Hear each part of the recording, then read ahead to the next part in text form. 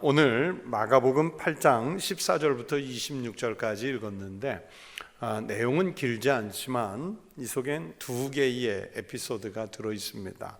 하나는 예수님께서 배를 타고 건너편으로 가시면서 바리새인과 헤롯의 누룩에 대해서 주의하라 하는 그 가르침을 주시는 말씀이 있고, 또 하나는 이제 벳세다에 당도해서 그 벳세다에 있던 맹인 한 사람을 고쳐서 그의 시력을 회복시켜 주시는 내용의 말씀으로 구성이 되어 있습니다.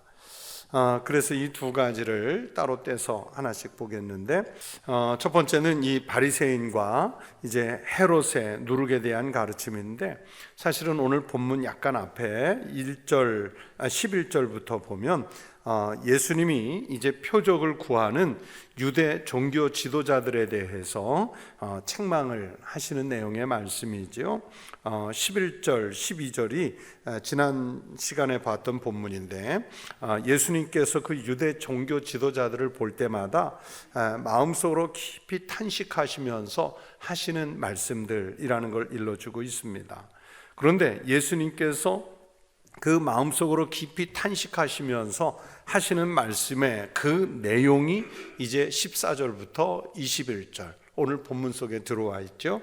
14절부터 21절의 내용이 뭐냐면 유대 종교 지도자들의 그 영향력, 그것에 대해서 악한 누룩에 비유해서 하시는 말씀입니다.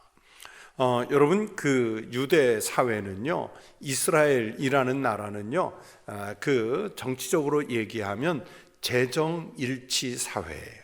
이 재정일치 사회라는 게 뭐냐면 종교와 정치, 정치와 종교. 권사님, 제가 이야기를 할 테니까 그냥 가만히 좀 계셔 주세요. 네네. 예. 그 종교와 정치, 정치와 종교는 일치가 되어 있는 거예요. 이스라엘은 고대 때부터 그렇게 왔어요. 그러다 보니까 종교 지도자들이라는 사람들이 이스라엘 사회에서는 가장 막강한 영향력을 가지고 있거든요. 심지어 정치하는 사람들도 언제나 종교에서 그 허락을 받아야 할 수 있어요. 요즘에 재정일치 사회의 가장 대표적인 나라가 이란이라는 나라예요. 이란을 보시면 호메인이라는 그 가장 꼭대기에 있는 그 이슬람교의 최고 지도자가 심지어는 거의 말로는 투표한다고 하지만 대통령도, 총리도, 정당도, 의석도, 군사도 거의 지배를 하지요. 1970년대 우리가 잘 아는 호메이니의 그 이슬람 혁명을 통해서 팔레비 정권이 쫓겨났지 않습니까? 그 팔레비 국왕이 해외로 망명하면서 이제 민주사회가 끝나고 이슬람 사회가 된 거죠. 중동의 많은 나라들이 사실은 그런 형국을 가지고 있어요, 오늘날도. 그런데 유대 시대 때 이 이스라엘이라는 나라에서 종교 지도자들의 영향력은 그 이상이었습니다. 그렇기 때문에 백성들의 일반적인 삶의 시시콜콜한 부분들까지 다 종교 지도자들, 그 종교 지도자들이라는 게 누구 계세요? 머릿속에 딱 떠오르는 사람들이 있죠. 제사장들 또는 바리새인들, 서기관들, 율법사들, 이런 분들, 사두개인들, 이런 사람들이 떠오르는데, 그들의 영향력에 대해서 예수님께서 오늘 본문에서 누룩에 비유해서 말씀을 하시는 거예요. 예수님은 유대 종교 지도자들, 즉 바리새인들, 서기관들, 제사장들을 기회가 닿을 때마다 왜 이렇게 심하게 책망을 하셨을까? 원래 예수님이 이 세상에 올 때부터 이 사람들이 예수님한테 밑보였습니까? 아니면 이 사람들이 예수님에게 금전적인 도움을 안 줬습니까? 아니면 이 사람들이 예수님에게 정치적인 박해를 했습니까? 왜 예수님은 이렇게 성경 속에 보면 이들에 대해서 심하게 책망을 하실까? 여러분, 가장 근본적인 이유는 뭐냐면 이 사람들은 예수님의 사역 또는 예수님의 하나님 나라에 대한 가르침에 대해서 가슴을 열고 있는 그대로 그 말씀을 받고 수용하려고 하는 그런 자세가 전혀 없었어요. 자기네들의 그 기득권이 오히려 예수님이 와서 백성들의 마음을 흔들어서 빼앗아 갈까 봐. 세례 요한이 왔을 때도 마찬가지고요. 그들은 선지자들이 하나님의 말씀을 선포할 때도 마찬가지였는데 예수님이 왔을 때는 선지자들이나 세례 요한이 하지 못하던 엄청난 이적까지 막 행하시지 않습니까? 그래서 수천 명, 수만 명이 한꺼번에 음식을 먹기도 하고 또 그 많은 환자들이 예수님 앞에 가면 고침을 받기도 하고 예수님께서 뭔가 하나님 나라의 말씀을 선포하시면 백성들이 지금까지 바리새인들이나 서기관들에게 듣지 못했던 새로운 권위다 막 그러면서 존경하면서 막 군중들이 따라다니지 않습니까? 그렇기 때문에 그들은 자기네들의 기득권이 사라질까 봐 예수님의 가르침에 대해서 그것을 받고 수용하려는 이런 마음이 전혀 없었어요. 아니, 오히려 집요하게 예수님을 따라다니면서 예수님의 동향을 살피고 그러면서 말꼬리 잡아 시비를 걸고 어떻게 하든지 예수님을 올무에 묻기 위해서 논쟁거리를 만들지 않습니까? 심지어 우리가 지금까지 마가복음 오면서 몇 번 말씀을 드렸지만 예수님께서 갈릴리 지방에 가 계시면 예루살렘에 있던 자기네들의 대표 몇 사람을 보내서 예수님에게 논쟁을 붙이지 않습니까? 또 예수님께서 요단 동편에 그 북쪽에 가셨을 때 보면 거기에 이방인 지역인데도 유대에서 온 바리새인들이 예수님을 붙잡고 언쟁을 자꾸 불러일으킵니다. 그렇게 아주 집요하게 예수님을 따라가면서 예수님과 논쟁해서 예수님의 그 언어로서 꺾어놓고 뭔가 자기네들이 승리하려고 하는 열망이 있었어요. 그러면서도 또 한편으로는 예수님이 표적을 행하시도록 요구하죠. 표적을 행하죠. 그런 내용들을 보면 마치 하나님의 계시를 내세우는 것 같지만 실상은 인간의 생각과 전통을 하나님의 말씀보다 하나님의 계시보다 이들은 더 앞세우고 있었던 거예요.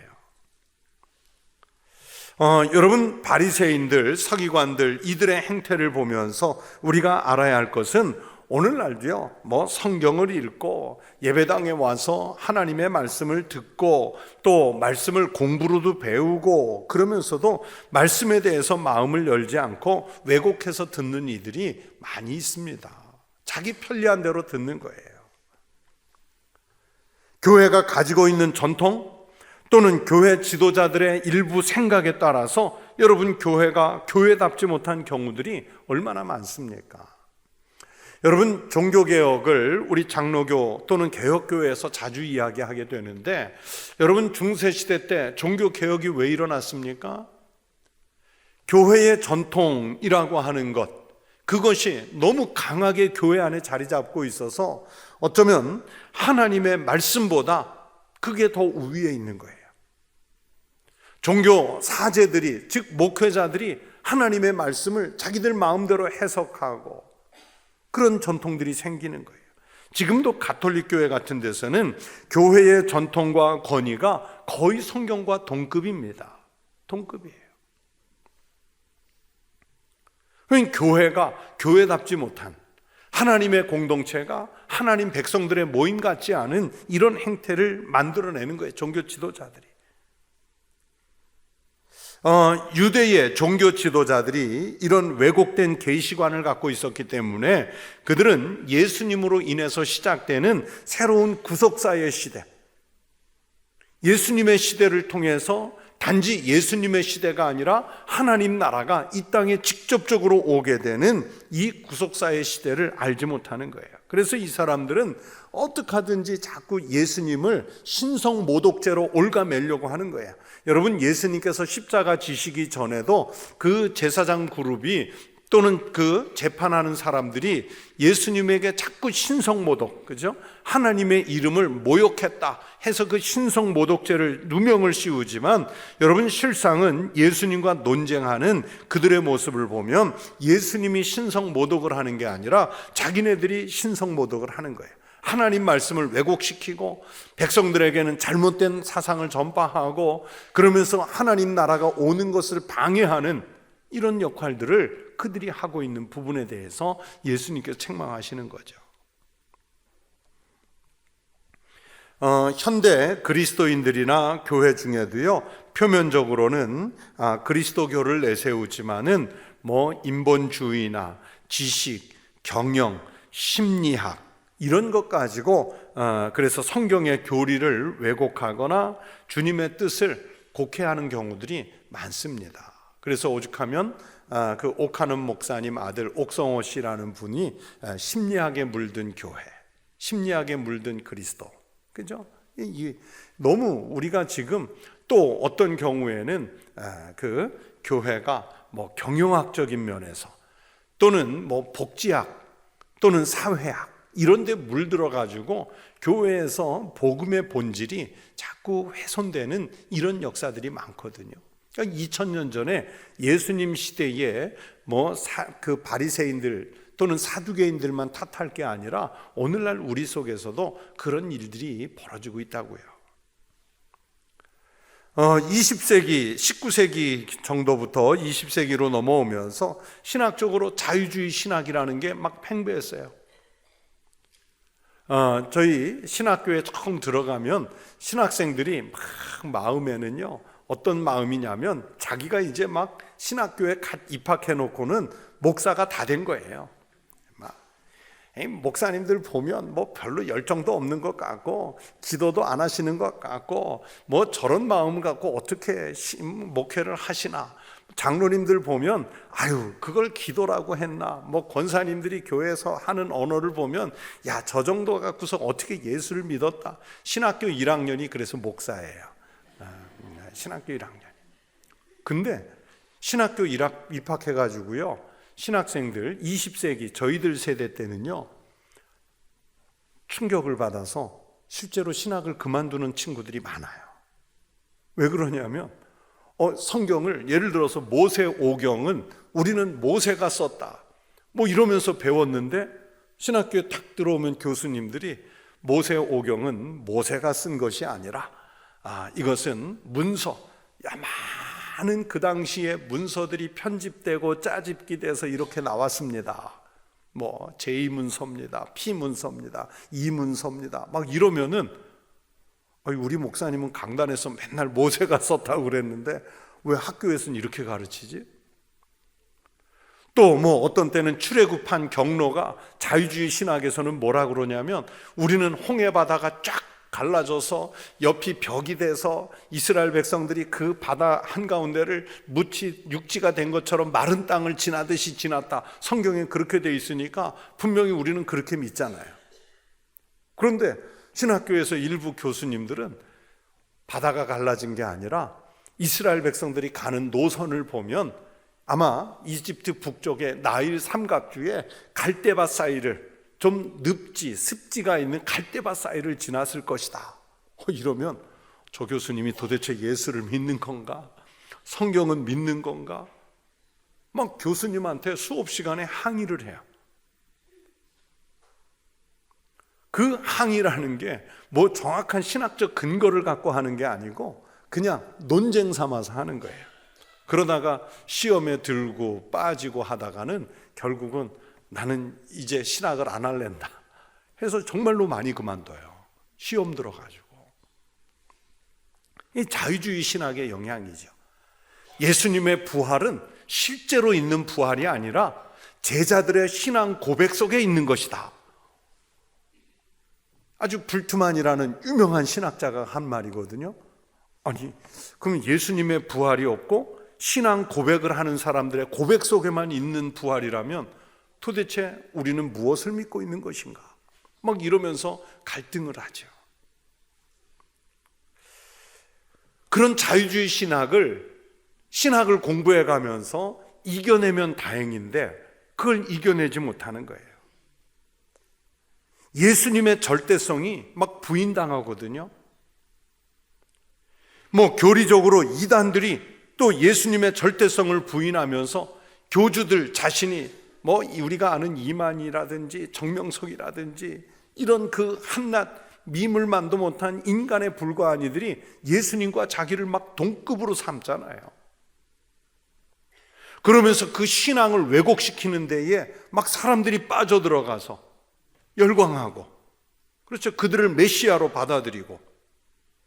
저는 지금 아주 관심 있게 지켜보는 것 중에 하나가, 이만희가 죽고 나면 신천지 사람들은 이제 어떻게 할까? 요새 보니까 많이 노쇠했다 그러더라고요. 많이 아파서 이제 노환이 와 있다는 그 보도를 얼마 전에 봤어요. 그러면 또 다른 말을 할 거예요, 그렇죠? 이제 승천하셨다고. 승천하셨다고. 이 땅에 계시지 않고 승천하셨다. 뭐 그들이 뭐 만들어낼 말이 없겠어요? 이 현대, 그러면 자유주의 신학이나 이단들만 그러느냐? 아니에요. 예배당에 와서 앉아 있으면서도 우리도 알지 못하는 사이에 우리가 바리새인 되고, 우리가 서기관 되고, 우리가 율법사 되고, 우리가 사두개인 되고, 그런 거예요. 그래서 예수님은 오늘 본문 14절부터 21절에서 그런 내용들을 좀 제자들이 깨달아 알 수 있기를 바라면서 이 말씀을 하시는 거예요. 13절에 보시면 그들을 떠나 다시 배에 올라 건너편으로 가시니라. 이제 예수님이 4,000명을 먹이신 그 기적을 행하신 후에 배를 타고 건너편 벳세다 쪽으로 이동하시는 거예요. 그런데 이동하면서 보니까 제자들이 자기네들이 떡을 챙겨와야 한다는 걸 잊어버렸어요. 배에 지금 많은 사람, 뭐 예수님과 제자들이 많이 있었지만 떡이 한 개밖에 없는 상황이에요. 건너가서 우리 양식을 어떻게 해야 되지? 이런 상황에서 예수님이 그들의 마음을 아시고 뭐라고 말씀하시냐면 15절에 예수께서 경고하여 이르시되 삼가 바리새인들의 누룩과 헤롯의 누룩을 주의하라 하시니, 그렇게 말씀하죠. 그런데 제자들은 주의하라 하는 이 말씀을 뭐라고 들었냐면, 떡을 가져오지 야, 니네 어떻게 하다가 떡 가져오는 걸 잊어버렸니? 지금 4,000명 먹이고 남은 게 몇 광줄인데 그래 달랑 떡 하나 가져왔니? 왜 주의하지 못했니? 아마 그렇게 책망하시는 것으로 들었던 모양이에요. 우리도 대화를 나누다 보면 말을 제대로 알아듣지 못해서 오해가 생기고 책망을 받을 때가 많죠. 그렇지 않습니까? 저도 집에서요 자주 야단 맞는 것 중에 1번이 그거예요. 1번이 그거예요. 뭐라고 분명히 아내가 얘기를 했는데 나중에 딴소리를 하는 거예요. 그러면 아까 설명할 때 뭐 들었냐고, 그리고 내가 정확하게 설명했는데 왜 그런 딴소리를 하냐고. 제 후배 목사님이 이제 부부가 이렇게 그걸 잘 못 알아들어가지고 싸움이 났어요. 부부 싸움이 났어요. 그러니까 이 남편 목사님이 뭐라고 그랬냐면, 그만해, 내가 가는기 먹어서 그래. 그랬거든요. 그랬더니 그 집 딸아이가 듣고, 엄마 아빠 나 몰래 뭐 먹었어?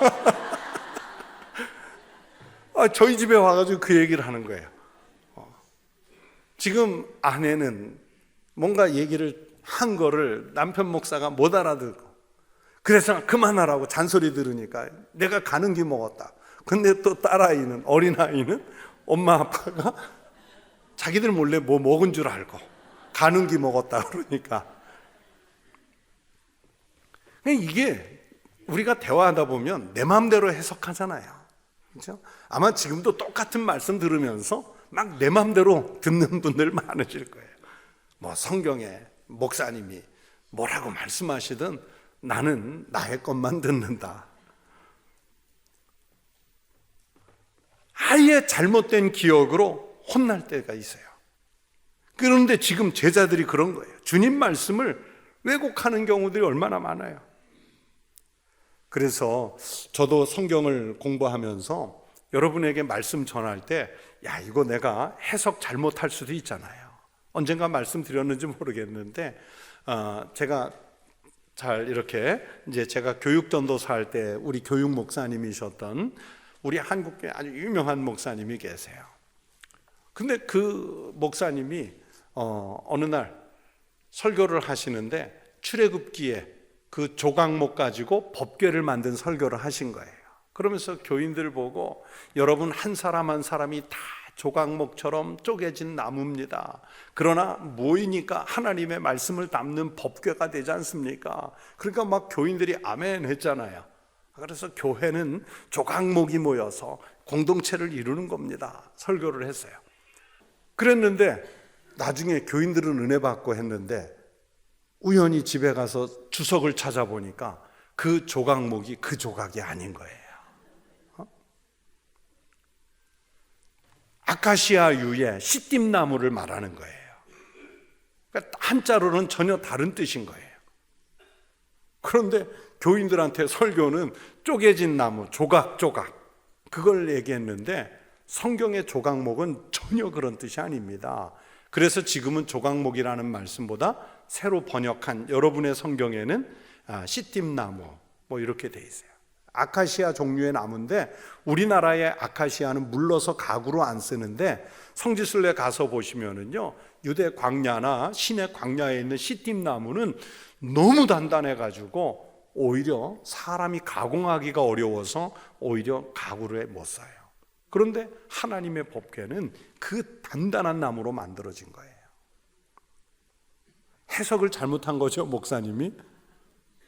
그래서 저도 먼저 이렇게 본문이 정해지면 그 본문의 주석은 뭐라고 하나, 또 사전에서는 이 단어는 뭐라고 하나. 그래서 목사님들이 설교 중에 종종 말씀하잖아요. 이 말씀은 헬라어로 뭔데, 히브리어로 뭔데, 원래 뜻은 이런 것이다.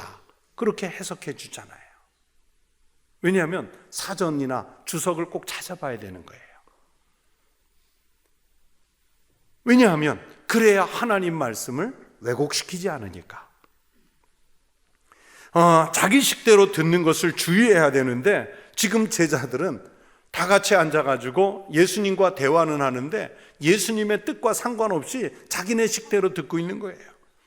그러나 예수님이 본문에 말씀하시는 의도가 있죠. 바리새인들의 누룩과 헤롯의 누룩을 주의하라. 여러분, 성경에서 누룩에 대해서는 장점으로 반대로 주의해야 할 것으로 상반되게 쓰이는 경우들이 종종 있습니다. 여러분, 출애굽할 때 누룩에 대한 이야기가 하나 나오죠. 뭐라고 나옵니까? 하나님께서 이스라엘 백성들 보고 광야길로 출발하기 전에 누룩 없는 빵을 준비하라고 그러셨어요. 여러분, 누룩 없는 빵을 뭐라고 합니까? 예? 성경에서. 그렇죠. 무교병. 없을무, 누룩교, 떡병. 그렇죠? 누룩이 안 들어간 빵이 무교병이에요. 출애굽해가지고 광야에서 처음 그것을 먹는 한 주간을, 그래서 6월절 바로 뒤 이어서 나오는 절기가 무슨 절기예요? 무교절이에요. 무교절. 누룩 없는 빵을 먹는 절기라는 뜻이에요. 그런데 누룩을 왜 넣지 말고 빵을 준비해서 출애굽하라고 하셨을까요? 집에서 떡 만들거나 빵 만들거나 해보시잖아요. 왜 누룩을 넣지 않았을까요? 누룩이 들어가면 어떻게 됩니까? 빵이 곰팡이 피고 상할 수 있죠. 그 누룩이 없으면 빵이 쉽게 굳고 맛이 없어요. 하지만 쉽게 상하지는 않습니다. 그렇죠? 그래서 그 빵을, 누룩 없는 빵을 준비하라고 말씀하신 거예요. 마태복음 13장 33절에도 천국의 비유를 하면서 예수님께서 누룩을 비유로 말씀하죠. 또 비유로 말씀하시되 천국은 마치 여자가 가루 서말 속에 갖다 넣어 전부 부풀게 한 뭐와 같으니라? 누룩과 같으니라. 자, 예수님이 천국을 비유하시는데 누룩과 같다 그랬어요. 여기선 좋은 장점으로 쓰인 거죠. 이 비유에서 누룩이라고 하는 것이 천국의 확장성 또는 점진성, 점차로 진행돼 가는 그 확장성과 점진성에 대해서 좋은 의미로 쓴 거예요. 하나님이 우리에게 예수님께서 말씀하실 때 세상에 나가서 누룩 같은 역할을 하라는 거예요. 마치 가루와 같은 사람들이 막 흩어져 살지만 그러나 누룩 조금만 들어가면 가루 서말을 부풀게 할 수 있는 것처럼 하나님의 백성들이 삶의 자리에 가서 천국을 만들어야죠. 누룩처럼 부풀게 해야죠. 확장을 시켜나가야죠. 그런 좋은 뜻으로 말씀하셨어요. 그러나 이 본문에서 바리새인과 헤롯의 누룩을 주의하라 할 때는 좋은 뜻이겠습니까? 나쁜 뜻이겠습니까? 나쁜 뜻이에요. 누룩은 원래부터 부풀게 하고 자꾸 퍼져나가려고 하는 성질이 있죠. 눈에 보이지 않게 팽창하고 넓게 침투하는 그런 성질을 갖고 있어요. 누룩에 대해서 공부를 해보니까 이렇게 설명을 하더라고요. 그런데 예수님은 지금 우리들 사이에 파고 들어온 악의 성질이 그렇다는 것을 말씀하시는 거예요. 그래서 바리새인의 누룩이란 어떤 누룩이냐? 형식주의와 거기에 발생하는 독선과 위선, 이런 것들을 주의하라는 말씀이에요. 누가복음 12장 1절에서 예수께서 먼저 제자들에게 말씀하여 이르시되 바리새인들의 누룩, 오늘 본문과는 좀 다르죠? 곧 외식을 주의하라. 오늘 본문에는 이렇게 하지 않았는데 누가복음에서는 바리새인들의 누룩을 주의하는데 그 바리새인들의 누룩을 뭐라고 표현하셨냐면 외식이라고 그랬어요. 외식. 여러분, 외식이 뭡니까? 형식주의, 독선주의, 이런 것들을 말하는 것이지 않습니까? 그러니까 오늘 본문이 그걸 말하는 거예요. 또 헤롯의 누룩도 주의하라 그랬는데 이 헤롯의 누룩은 신앙보다는 정치적인 의도와 세속적인 목적을 가지고 사는 삶이라고 설명하더라고요. 같은 내용이 마태복음 16장 6절에 있는데 예수께서 이르시되 삼가 바리새인과 사두개인들의 누룩을 주의하라고 말씀하셨어요. 오늘 본문에서는 헤롯의 누룩이라고 그랬는데 마태복음 16장에서는 사두개인의 누룩이라고 그랬어요. 이게 무슨 차이냐? 사두개인들은요, 제사장 계열이에요. 제사장. 유대인들에게 제사장 계열이 사두개인들인데 이 사람들은요, 부활도 믿지 않고 또 그러면서는 로마와 현실적으로는 타협한 사람들, 정치적으로 친로마 정책 속에 빠져서 그들은 믿은 사람들이에요. 아주 철저한 현세주의자들이었습니다. 현실주의자들. 헤롯 땅도 비슷해요. 헤롯 땅은요, 아예 대놓고 철저하게 로마를 지지하는 세력이에요. 헤롯, 그의 이름이 따라서 당 이름이 결정됐지 않습니까? 그러니까 이 헤롯 땅 사람들은 아예 로마가 그 팔레스틴의 왕으로 지명한 이 헤롯을 따르는 정치 그룹이에요. 정치 그룹들. 그러다 보니까 당연히 헤롯 땅과 사두개파는 당파는 다르지만 매우 밀접한 사람들이었어요. 그래서 마태복음이나 누가복음 또는 마가복음 여기에서 보면 헤롯 땅과 사두개파와 헤롯 땅은 뭐 거의 같이 가는 그룹이에요. 그래서 이 바리새인의 누룩과 사두개인의 누룩, 헤롯의 누룩을 주의하라는 말씀은 형식주의와 세속주의에 휩쓸리지 말라 하는 말씀이죠. 이 영적 각성이 없는 사람들에게 쉽게 침투하는 것을 경계시키면서 이런 세력들을 우리가 좀 믿음으로 이겨내야 한다. 사두개인들을 이겨내고 바리새인들을 이겨내고 헤롯 땅을 좀 이겨내는 이 믿음을 갖고 살아야 한다는 것을 예수님께서 제자들을 독려하시는 말씀이에요. 그런데 제자들은 예수님의 이런 의도를 모른 채 떡 개수 갖고 문제를 따지고 있지 않습니까? 16절에 제자들이 서로 수군거리기를 이는 우리에게 떡이 없음이로다 하거늘. 지금 예수님은 영적인 얘기를 하는데 제자들은 떡 개수를 얘기하는 거예요. 그래서 예수님은 아직도 알지 못하며 깨닫지 못하느냐? 너희 마음이 그렇게 둔하냐? 18절에 너희가 눈이 있어도 보지 못하며 귀가 있어도 듣지 못하느냐? 또 기억하지 못하느냐? 하시면서 지금 이 뱃전에서 제자들을 책망하고 있는 거예요. 예수님께서 기억을 떠올려 주죠. 떡 5개로 5,000명 먹이고 몇 바구니 거뒀느냐? 제자들이 대답은 잘도 해요. 떡 7개 가지고 4,000명 먹이신 것 가지고 몇 바구니 더 남았느냐? 제자들이 대답은 잘해요. 그런데 지금 제자들은 예수님의 의도를 모르는 거예요. 아니, 예수님께서 제자들에게 떡 5개로 5,000명 먹이시고 떡 7개로 4,000명 먹이신 것을 기억나게 하시는 의도가 있을 거지 뭡니까? 떡은 문제될 게 없다. 예수님이 광야에서 시험 받으실 때 여러분, 마귀 사탄이 예수님께 첫 번째 한 질문이 뭐예요? 돌들을 명하여 떡이 되게 해서 먹어라. 그런데 예수님이 여기에 중요한 대답을 하죠. 떡이 몇 개를 만들어 먹어야 되느냐, 이렇게 대답하시는 게 아니라 뭐라 그러세요? 사람이 떡으로만 살 것이 아니다. 그러면 떡으로만 살 것이 아니라 뭐로 살아야 돼요? 하나님의 말씀. 그러니까 예수님의 지금 이 배에서 제자들과 나누는 대화의 관심사는 뭐냐? 육신의 문제가 아니라 영적인 각성이 있어야 하고 영적인 풍성이 우선돼야 한다는 거예요.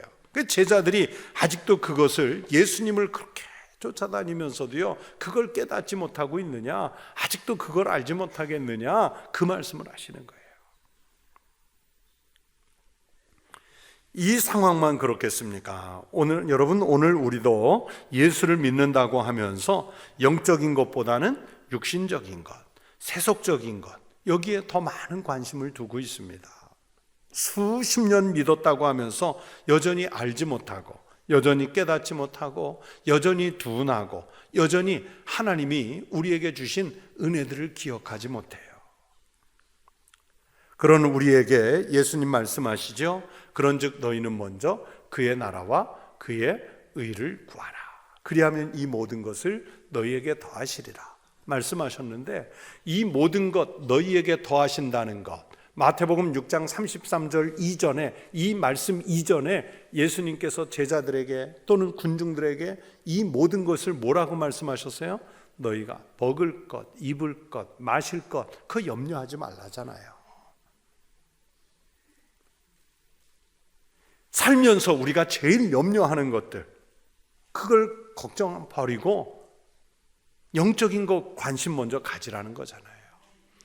여러분, 우리가 얼마 전에 국회의원 선거했지만 또 대통령 선거도 하고, 그러면 제일 이슈되는 게 뭐냐면 경제 문제잖아요.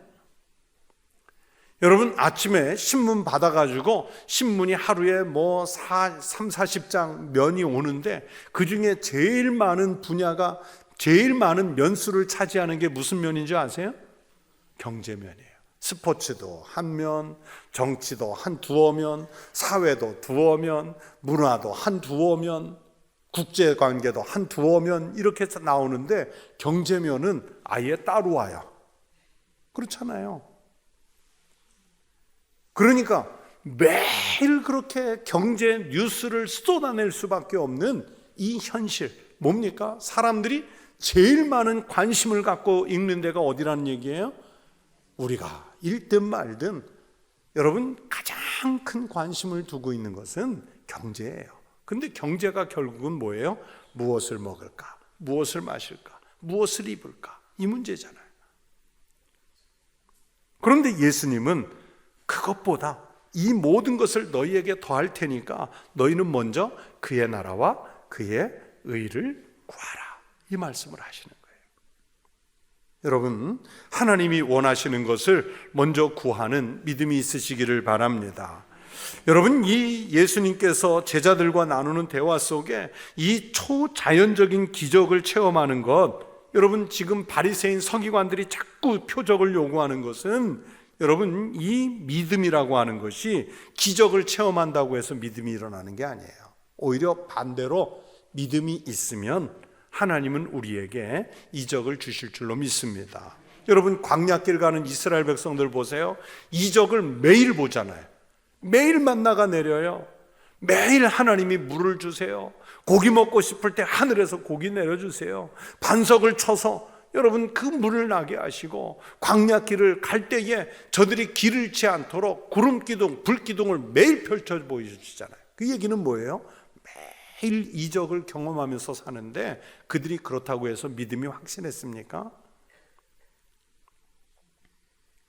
바리새인, 사두개인들 이적을 많이 봤잖아요. 예수님이 이적을. 그러면서도 이적을 보여달라고 그러잖아요. 믿음이 없는 사람들한테는요, 이적이 매일 일어나도 이적이 아니에요. 믿음이 일어나지 않아요. 하지만 믿음이 있으면 우리는 매일 매 순간 하나님의 기적을 체험하면서 살게 될 줄로 믿습니다. 그래서 우리 그리스도인은 여러분 매일 이 하나님의 기적을 체험하면서 사는 백성입니다. 그렇기 때문에 우리는 세상적인 일에 관심을 쓰다가 영적인 일에 무지해져서는 안 됩니다. 영적인 힘, 영적인 능력으로 오히려 세상을 압도하면서 살아가시기를 축원합니다. 그러면서 이제 두 번째 간단한 이야기가 하나 붙죠. 벳세다에서 맹인을 고치시는데, 여러분 신약 성경에 보면 예수님이 맹인의 눈을 뜨게 하시는 이적이 최소한 5번 이상 나와요. 마태복음 9장, 마태복음 12장, 그리고 오늘 본문인 마가복음 8장의 짧은 이야기, 누가복음 18장, 요한복음 9장, 이렇게 맹인의 눈을 뜨게 하세요. 그런데 이 많은 그 맹인의 눈을 뜨게 하는 여러 이적들 중에 이 벳세다에서 맹인을 고치신 이 이적은 다른 곳과 좀 차별화가 되어 있어요. 먼저 이 본문 8장, 오늘 본문의 이야기는 다른 복음서에는 안 나와요. 여기에만 나와요. 그런데 예수님은 보통은 병자를 고치실 때 말씀이나 안수하셔서 단번에 고치시죠. 내 자리를 들고 걸어가라. 내 믿음이 너를 구원하였으니 평안히 가라. 그냥 이렇게 말씀하시는데, 그런데 오늘 본문에서는 그렇지가 않아요. 2단계를 거치시죠. 어떻게? 처음에 그의 눈에 침을 바르고 안수하셔서 일단 시력을 약간 회복시켰어요. 그래서 좀 쉽게 얘기하면, 그래 뭐가 좀 보이니? 하고 물었더니 이 사람이 뭐라고 그래요? 뭔가 일어나서 걸어가는데 나무 같기도 하고 사람 같기도 하고 뭔가 좀 왔다 갔다 합니다. 그랬어요. 그랬더니 좀 시간을 두고 다시 한번 안수해서 완전히 치료하시는, 온전히 볼 수 있는 그 시력을 회복시키시죠. 이렇게 그 과정이 서술되어 있는 것을 봐서 다른 복음서에는 없다고 그랬죠. 그런데 여기에 오히려 읽으면 답답한 게 아니라 어떤 느낌이 드냐면, 이거 생동감이 넘친다. 그렇죠? 예수님께 그 시력을 잃은 사람이 대화하는 이 과정이 그래요. 그래서 예수님은 이 벳세다의 맹인의 눈을 뜨게 하실 때 단번에 하지 않고 단계를 거치신 것은 그 맹인의 마음에 짧은 순간이지만 분명한 믿음이 생겨나도록 이끄시는 과정이 아니었을까. 저는 말씀을 묵상하면서 그렇게 봤습니다. 여러분, 그러면서 어떤 생각이 들었냐면, 우리들의 기도와 소원도요, 지금 오늘 아침에 지금 이 순간에 기도했다고 그냥 바로 그 자리에서 응답되든가요? 아니에요. 어떤 것은 수년이 지난 후에, 어떤 것은 기도하다 생각해 보니 이미 응답된 것, 어떤 것은 아침에 기도한 것이 저녁에, 어떤 것은 이달에 기도한 것이 다음 달에. 우리의 기도와 소원도요, 그냥 기도할 때마다 응답되는 게 아니라 하나님이 가장 좋은 시간에 하나님 보시기에 가장 적절한 방법으로 응답해 주실 것을 믿는 그 믿음을 가지시기를 바랍니다. 그러니까 여러분, 주님이 능력이 없으셔서 단번에 고치신 것이 아니라, 못 고치신 것이 아니라 우리에게 가장 좋은 길을, 그러면서 우리의 믿음을 굳건하게 하시기 위한 방법으로 조금 지체하실 수도 있겠다. 그 믿음이 생기는 거예요. 그러면서 예수님이 이 맹인을 치유하시는 과정을 통해서 결국 나타내시려는 건 뭐냐면, 여러분, 그 뒤에 배경은 뭐냐면 예수님 자신이 모든 치료에 만물을 통치하시는 것의 주권자이시다라는 걸 드러내는 거예요. 로마서 9장 21절에 성경이 말씀하지 않습니까? 토기장이가 진흙 한 덩이로 하나는 귀 있을 그릇을, 하나는 천 있을 그릇을 만들 권한이 없느냐. 여러분, 토기장이가 진흙 한 덩이 가지고 잘 빚어서 도자기 가치 있는 것 만들 수도 있지만 집에서 그냥 물그릇으로 쓸 수 있는 허름한 것도 만들 수 있는 거잖아요. 그 권한이 누구에게 있는 거예요? 토기장이에요. 그런 것처럼 어떤 상황에서도 어떤 고난과 질병 앞에서도요, 주님은 누구 방식대로 일하시는 거예요? 주님 방식대로. 곧 주권자의 능력인 거예요. 그러므로 우리는 주님 앞에 기도할 때 자꾸 주님을 쪼르지요. 자기 방식대로 해달라고 주님을 막 강요를 해요. 그런데 정말 믿음의 사람들은 자기 생각을 주님께 강요하는 것이 아니라 조용히 주님의 뜻을 찾고 주님께서 가장 적절하게 응답하실 뜻을 기다리는 거예요. 기다리는 거예요. 그 기다리는 사람에게, 그 성도에게 하나님은 가장 적절한 방법으로 응답해 주실 줄로 믿습니다. 짧은 내용의 맹인 치유 사건이지만 거기에 그런 의도를 담고 있는 거예요.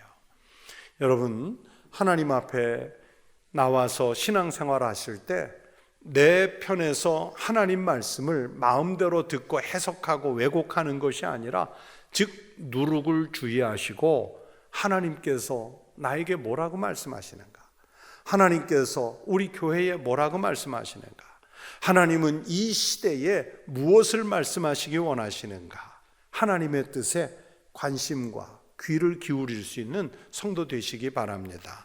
그리고 하나님께서 하나님의 일을 하실 때 내 뜻대로 말고 하나님 뜻대로 하실 수 있도록 모든 일의 절차와 주권을 주님 뜻에 내어놓고 맡길 수 있는 믿음의 성도들이 되시기를 축복합니다. 그런 이들에게 가장 적절한 응답으로 채워주시기를 주의 이름으로 축원합니다. 기도하겠습니다. 하나님 아버지, 감사합니다. 우리를 하나님 백성 삼으셔서 하나님이 말씀을 주시는데, 하나님, 우리는 사람의 뜻과 경험과 지식 가지고 하나님 말씀을 왜곡시켜 가던 바리새인, 서기관 또는 사두개인 같은 모습은 아니었는지 우리들의 신앙을 늘 점검하게 하여 주시옵소서. 어린 사무엘처럼 주여 말씀하옵소서, 종이 듣겠나이다. 그 마음으로 주님 앞에 나아가 주님이 성경을 통해 하시는 말씀 또는 선진들을 통해 가르쳐 주시는 말씀에 더욱 귀를 기울일 수 있게 하여 주시옵시고, 어떤 상황에서도 우리는 먼저 주님의 나라와 주님의 의를 구하는 거룩한 성도의 삶을 살게 하여 주시옵소서. 나와 교회와 시대를 위해서 주께서 일하실 때 하나님, 우리의 사람의 뜻이 아닌 주께서 주님의 뜻대로 일하실 수 있도록 주님의 주권을 우리가 믿음으로 따르는 큰 믿음을 갖게 하여 주시옵소서. 하나님, 이 시간에 주님께 귀한 예물을 드린 손들이 있습니다. 그 손에 축복하시고 그 가정과 일터에 후히 주시되 누르고 흔들어서도 차고 넘치는 축복이 있게 하여 주시옵소서. 감사드리며 예수님 이름으로 기도하옵나이다. 아멘.